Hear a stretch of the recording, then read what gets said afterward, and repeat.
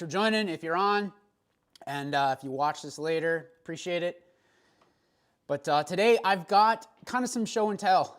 I call it the random show because I wasn't quite exactly sure what I had. A couple things I knew that was sitting on my bench, and I was in here doing some work last night and had a couple things I thought I'd show. But if you have any questions, comments, stuff you want to bring up while we're doing this, then I will just type it in the comments and we'll jump on it. So, but thanks for joining, and let's dive into this. So, all right.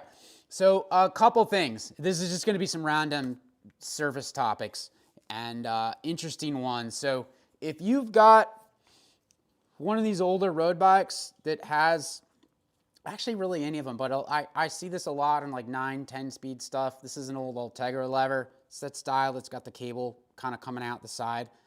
I don't think I've had this particular issue yet with bikes beyond after they switched this. I can't remember, but it's pretty common on these. We'll get them in, and it's actually very common on older flat bar bikes as well. I don't want to say mountain bikes, but any of the flat bar bikes.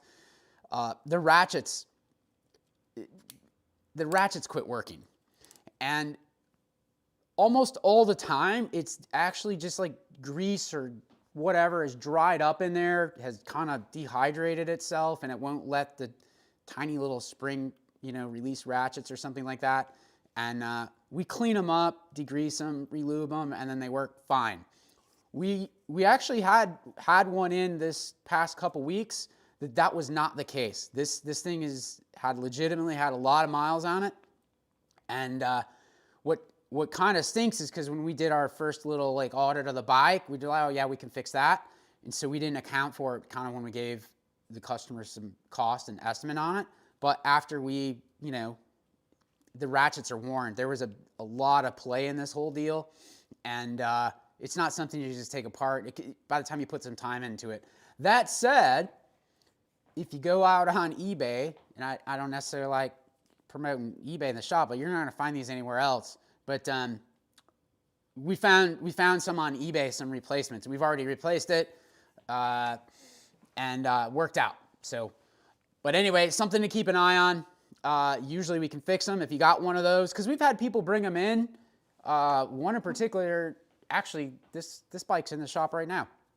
I forgot about it, but we fixed those a year or two ago, and this person had been told by a couple other people they just had to replace the shifters, but then that's the old 10-speed stuff with a little different cable pull ratio. And anyway, we flushed them out, degreased them, like kind of a signal that if it's starting to go bad, if it goes bad, if it's worse in the cold, that's a pretty good signal. So after we fixed those ones and flushed them out, we actually stuck them in the freezer to freeze them and pull them out, and they still functioned even after being in the freezer. So anyways, there's ways to test to make sure that you've like legitimately fixed it before you send a customer back out on a ride or something with it. But anyway, the other thing you'll notice, like, so if you ratchet this all the way across, right, it ratchets it up so you're in the big cog, and then you go to click this, this one is like a little soft, and it won't engage there. But if I push this lever kind of forward, you can get it to ratchet. And I think when you're in the hood, some people will kind of almost tend to do that, and so they might not pick up on it that it's happening. This one was pretty bad. There was like 3 or 4 gears that would barely release, and it's been flushed and lubed, and it's not going to work. So anyway, passed on that one. So I got another one. I should have said this at the beginning, but basically I have the shifter, I've got some brakes, I've got an interesting fork, and some rim strip stuff. So let me go to the fork, and let's see, what's the best way to, we just dropped this fork, and here's what I'm going to do. I'm going to see if this works. I've got my phone hooked up here, and going to see if this works. Yes. So look at that. That is, I think some of the left side of the image is kind of hidden, but look at that. That's what came out of, there's a couple other parts in there, But, yeah, that's messy right there. But, yeah, here you go. I'll stand over here. But this is, there's some other, we've been doing some fork service, and then there's some bottom bracket cups laying in there. So, but anyways, this was just the bin. We dropped the lowers off and let it all run into there. That came out of the fork lowers. Pretty bad shape. And the bunch of that is fluid from, the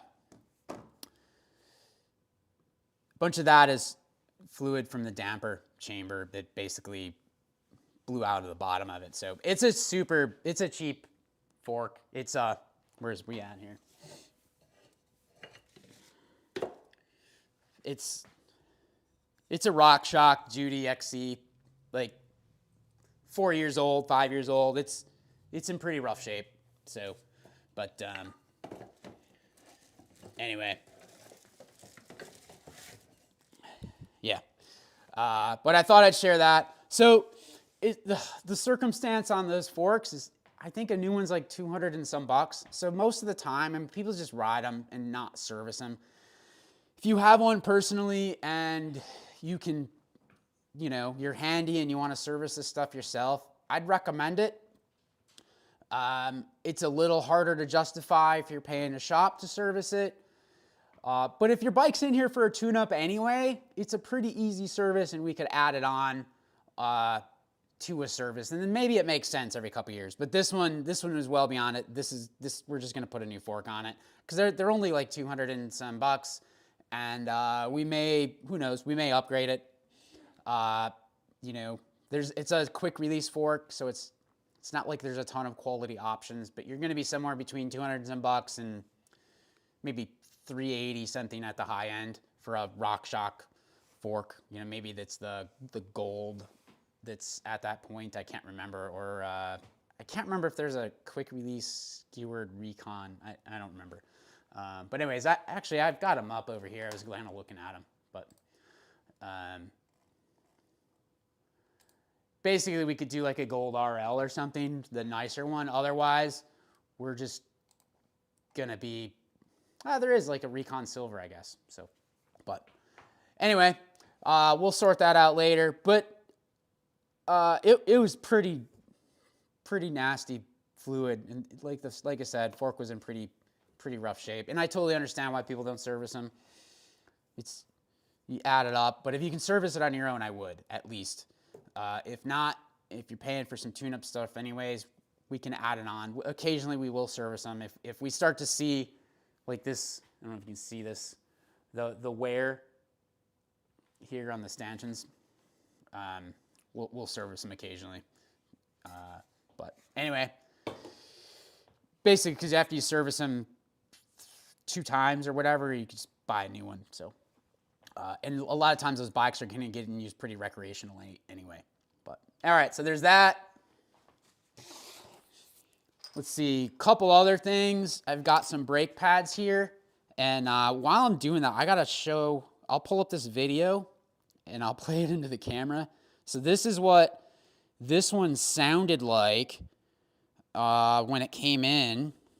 I gotta share it. Let me see if I can find it. I should have had it pulled up, so sorry about that. I did not have that pulled up. Here it is.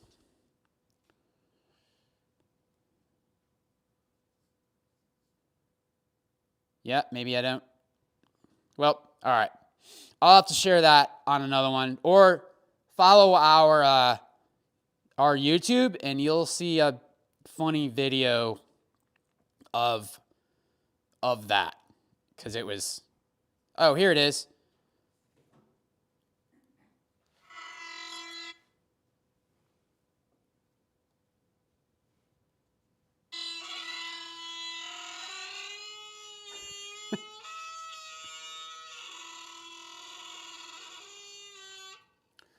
Anyway, so that's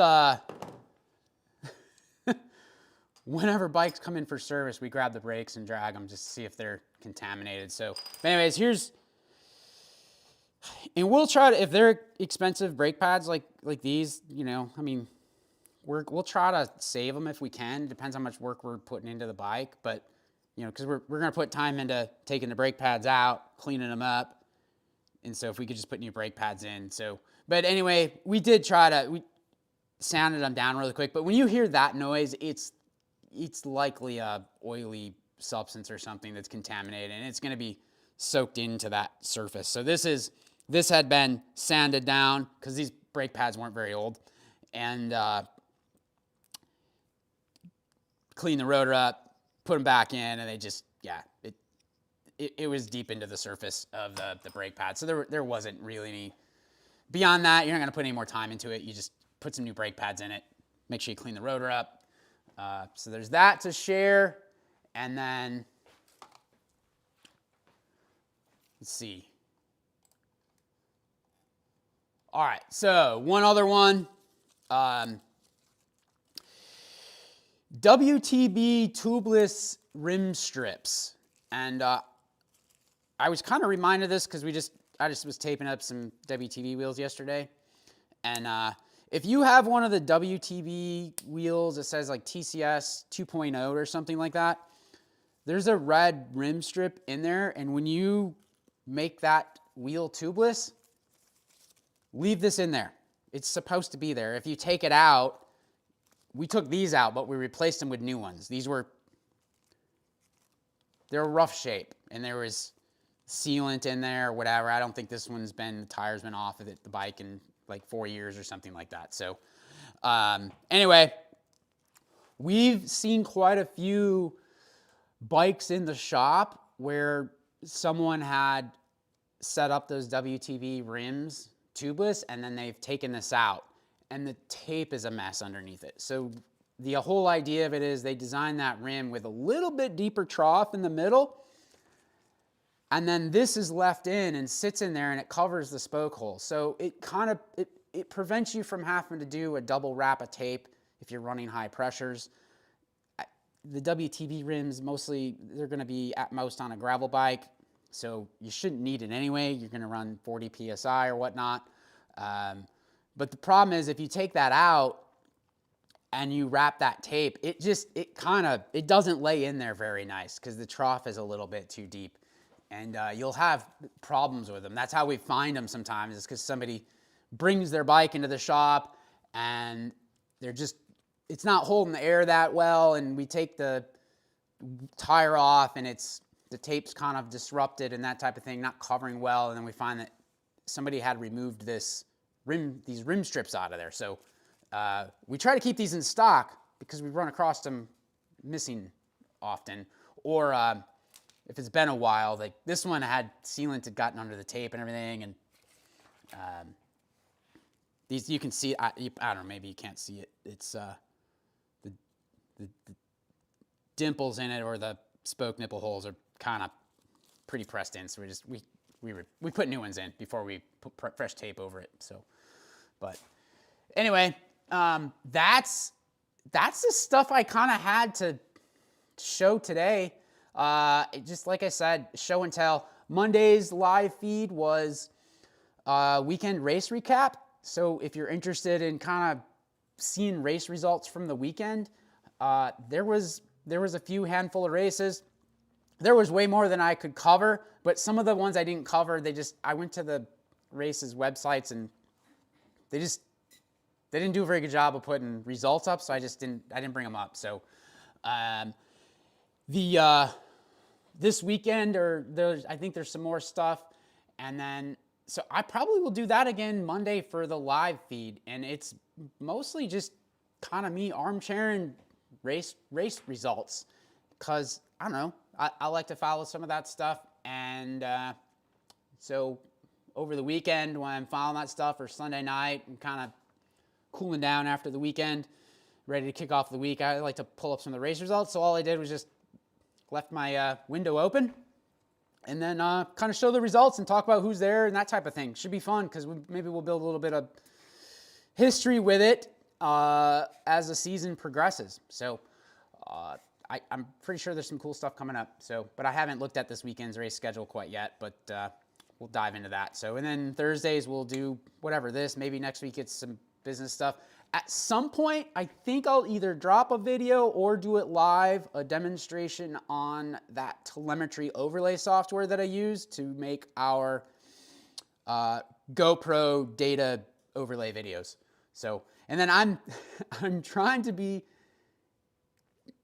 I just noticed that I've been doing this as I go pop these back out, but I've got my camera's like right here in the middle, so I'm looking at it now, but then I have kind of my little window screen off over here. And so I find myself looking at that instead of the camera. So if that makes it difficult to watch, sorry, I'll try to do better at it and look more at the camera. So, but anyway, it's Thursday. This will basically get pulled off the stream until YouTube converts it to video on demand, and then it will kick back out. So either later tonight or first thing in the morning. Later.